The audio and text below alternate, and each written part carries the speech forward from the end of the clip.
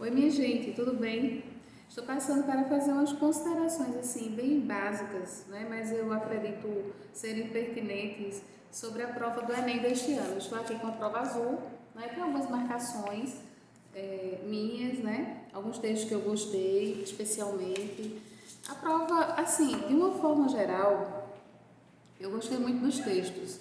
Eu achei os textos ótimos, né? Então, texto abordando muitos textos, trabalhando variações linguísticas, questões de linguagem, né? As adequações ao uso da linguagem, falando também da norma padrão, mas contextualizando, contemplando as variações linguísticas, né? A cultura. Uma prova com textos muito bons. Entretanto, o que faltou? O que eu acho que faltou? O que nós esperávamos, né? As questões de abordagem aos gêneros textuais. Por quê? Houve realmente nos enunciados, a gente tem a presença, né, de alusão ao gênero, abordagem ao gênero, melhor dizendo. Ele falou que se tratava de uma notícia, né, que se tratava de um cartaz, que se tratava de uma carta, em alguns trechos, né, em alguns textos que se viram de base para as questões, se referindo aos gêneros textuais. Entretanto, você via que não foi cobrada assim o conhecimento da estrutura do gênero, o que facilitaria muito para o aluno que estudou, né, e que conhece o gênero. Entende? Seria muito mais prático e contemplaria realmente o estudo. Aí você pode me perguntar, então não precisa estudar para uma prova como essa? Claro que não. Precisa estudar sim, né? E com certeza quem estudou, quem se preparou, fez uma prova muito boa. Por quê? É uma prova que abordou, vou me referir exatamente à nossa última prova, né, do Enem, deste ano, abordou muitas questões relacionadas ao vocabulário, ao entendimento. Então, o aluno precisava realmente entender, né, o contexto, claro. Algumas questões, elas foram de compreensão. Se você fizesse uma leitura dinâmica e você conseguiria já marcar tranquilamente a resposta, compreensão, algumas interpretação e algumas geraram umas polêmicas, né? Estou me referindo só agora à prova de linguagens, códigos e suas tecnologias, tá certo? Não estou falando das outras não, né? Não estou falando da prova de humanas não, mas o que acontece? Nós temos aqui a questão 18, por exemplo, né, que tem até um vídeo de Caetano Veloso circulando falando sobre essa questão 18, porque os dois textos são dele e aí se pergunta sobre embora oriundas de momentos históricos diferentes, essas letras têm em comum A. Então, Caetano disse que para ele todas estavam corretas, né? De fato, a gente sabe que há uma alternativa correta. Eu já marquei, eu corrigi todas as questões, depois eu vou gravar em parte a correção. Inclusive, eu gravei até uma parte, mas o áudio não ficou legal. Então, eu vou gravar os pedaços, né? Por etapas, porque é uma prova muito grande, né? Então, assim, e foram textos também bem condensados. Eu gostei, como eu já falei, dos textos. Eu senti a falta de uma abordagem mais específica, assim, sabe, aos gêneros, as tipologias. Claro que a gente sabe que não pergunta exatamente qual o gênero e qual a tipologia, mas a gente sabe que algumas questões do Enem, que trazia no enunciado a pertencer a uma crônica, então se você soubesse o que era uma crônica, ficaria muito mais fácil para você entender de acordo com o que ele lhe dava nas alternativas, né? O que ele apresentava a você nas alternativas. Entretanto, a prova deste ano ela não teve esse perfil, ela foi uma prova de compreensão e interpretação, né? Com algumas particularidades, claro. Agora, nós tivemos uma questão que tratava, pelo menos que eu estou me lembrando assim, né? Estou falando de uma forma geral, compreendam, eu não estou trabalhando minúcias, mas enfim, uma questão que trabalhava a função da linguagem emotiva, não era trabalhando a função, ela falava da função emotiva, depois eu vou ver isso nas particularidades, né? Trabalhando as questões por etapa. Mas ela se referia à função emotiva e pedia para que você falasse a intenção do eu lírico. Ou seja, na verdade ele não exigia conhecimento do leitor quanto à questão emotiva, porque ele pedia para que você falasse quais eram as impressões do eu lírico. Então, assim, mesmo que o aluno não soubesse o que era a função emotiva, a função expressiva da linguagem, ele buscaria entender o que o eu lírico estava ali sentindo em relação ao outro, ele marcaria, né? Então eu senti falta dessa cobrança, sabe? Dessa exigência, funções da linguagem, mais figuras de linguagem. Claro, teve abordagem à metáfora, mas eu achei pouca abordagem às figuras de linguagem, sabe? A questão de gramática foi muito simplória sobre os pronomes, foi muito simplória. Ela poderia ter sido uma questão mais bem elaborada, entende? O ano passado, por exemplo, a questão que abordou, uma delas, que abordou adjetivo, eu achei ótima. Inclusive, considerei em várias turmas minhas a questão do ano passado sobre adjetivo. Bem, um texto que eu gostei, a questão, acho que foi a 25, deixa eu conferir aqui, porque como eu já falei, eu estou abordando de uma forma bem geral, né? A questão 25, sim, exatamente, é essa mesma. A mesma. Essa questão aqui que traz o texto de Itamar Vieira, né? Torto Arado, muito bom, minha gente, muito bom. Esse livro realmente trabalha de uma forma assim espetacular. Dentro desse contexto, ele falou sobre a perda da parte da língua na infância. Com essa perda, a narradora tenta voltar a falar. Essa tentativa revela uma experiência que achei ótimo, uma questão abordando a linguagem, né? E de uma forma espetacular. Olha, tem questões aqui que ficaram maravilhosas, entende? Maravilhosas. Inclusive, eu gostei muito da seleção dos textos. Eu só senti assim, a falta, a necessidade de mais abordagem nesses aspectos, funções da linguagem, figuras de linguagem, uma abordagem mais, vamos dizer assim, conteudista em relação aos gêneros. A gente sabe que o Enem não tem a perspectiva conteudista, né? Até escuto muitas críticas em relação ao que se aborda em história, em geografia, mas a gente sabe que o aluno estuda muito durante o ano, ele estuda muito, ele aprende. Inclusive eu falo sempre para os meus alunos da Isolada que eles precisam entender gêneros textuais, compreender, e as tipologias precisam identificar, porque isso vai ajudar na interpretação. Lógico, eu tenho certeza que os ajudou, mas eu gostaria que fossem cobrados mais quanto a isso, entende? Para realmente ser diferencial, né? Conseguir realmente entender. E eu acho que iria mostrar para o aluno a necessidade, para todo aluno, a necessidade de estudar, o que realmente eles precisam saber em relação à linguagem, entende? A linguagem, porque os textos foram ótimos em relação à linguagem, com destaque para esse. Eu gostei muito da questão, deixa eu ver se eu lembro qual foi, porque eu nem marquei tantas coisas assim, porque eu fui falar de uma forma geral, né? Dá uma satisfação, inclusive para os meus alunos, especialmente para os meus alunos. Mas vejam, tem uma questão aqui, é uma das últimas, que é a questão 43, achei top. Olha, é um trecho do discurso de Rui Barbosa, da Academia Brasileira de Letras, em homenagem a Machado de Assis por ocasião de sua morte. Aí ele diz, uma das características desse discurso de homenagem é a presença de gostei, muito boa, abordando questões. Ele trouxe figuras de linguagem, trouxe a metáfora, os recursos fonológicos, frases curtas e diretas no relato de vida, contraposição de ideias, inclusive essa palavra contraposição apareceu muito na prova, né? Seleção vocabular representativa do sentimento de nostalgia. Gostei, uma questão muito bem elaborada, entende? Então, assim, eu falei de uma forma geral, estou falando de uma forma geral, mas tem questões aqui que merecem elogios, entende? E outras que eu não, assim, deixou muito a desejar, como essa de gramática, entende? Essa 18 de Caetano, depois eu vou comentar com vocês também. O gabarito oficial sai dia 24.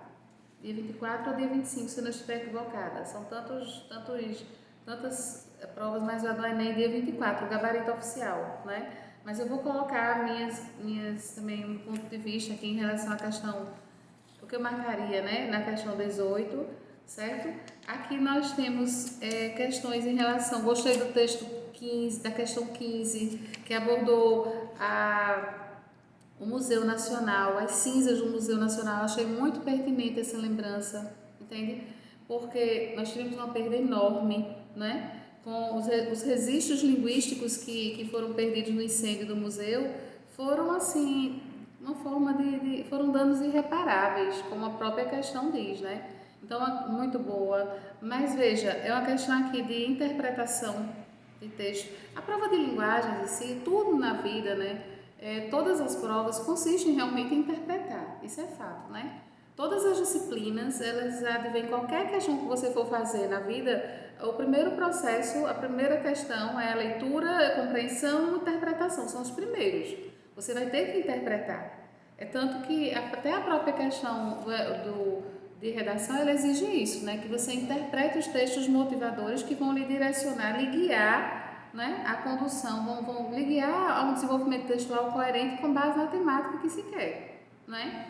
Então, assim, de uma forma geral, eu senti falta dessas questões, dessas particularidades. Não gostei da de gramática, muito simplória, simplória por demais até.